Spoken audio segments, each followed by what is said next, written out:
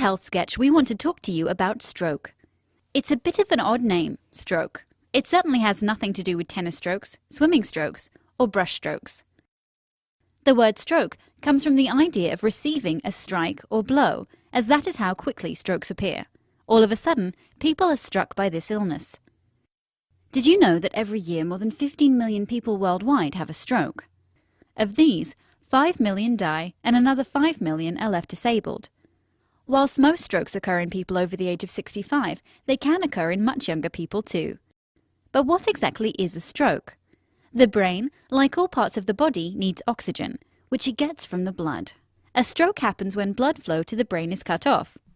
When brain cells are starved of oxygen, they become damaged, and the symptoms that follow are called a stroke.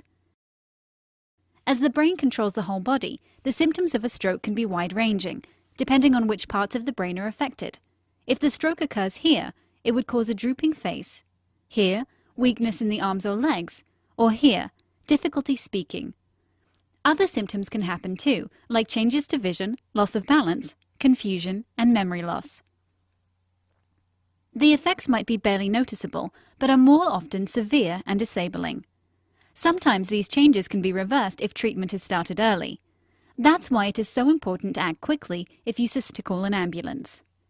Once the ambulance arrives at the hospital, a doctor will assess you and arrange an urgent scan of the head, which shows where the brain is damaged and what type of stroke has happened.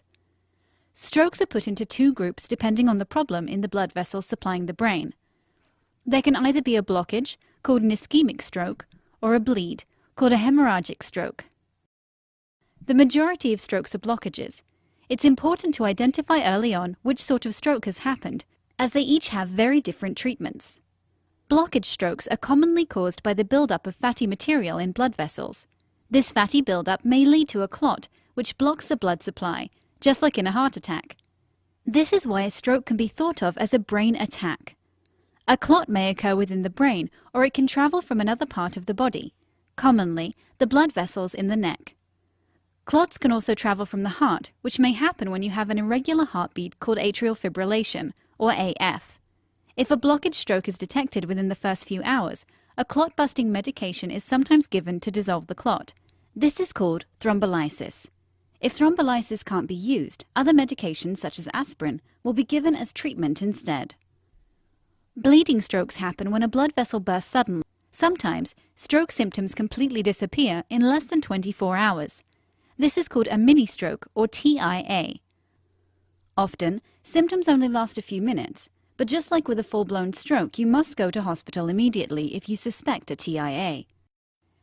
This is because a TIA is a warning sign that you're at high risk of having a full stroke. Whether you have a TIA or a full stroke, daily medications are started and continued lifelong to help prevent further episodes. The effects of a stroke can be disabling, but given time, the brain can slowly adapt to recover some previously lost abilities. This is why stroke rehabilitation is so important.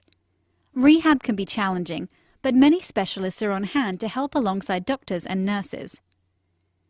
If your stroke causes difficulty swallowing, dietitians can recommend special diets or feeding tubes.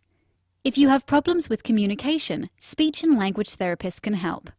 If it has become difficult to walk or perform daily tasks, physiotherapists and occupational therapists can offer exercises and home adaptations. Also, after a stroke, people often feel low or frustrated that they can't do the things they used to, and don't like being dependent on others. Counselors can help talk through these feelings, and many patient groups are available for further support.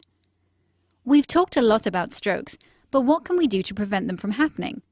Even if you've already had a stroke in the past, there are many small steps we can all take to reduce our future risk of having a stroke, such as lowering high blood pressure, the #1 cause of stroke, stopping smoking, lowering cholesterol, being more active, eating healthily, lowering alcohol intake to within recommended limits. If you have diabetes, keeping good control of blood sugar levels. In this health sketch, we've talked about what a stroke is, how to spot the key symptoms, and the need to act fast. We've also talked about treatments, rehab, and the steps we can take to prevent strokes. We hope this health sketch about stroke has been helpful for you and those around you.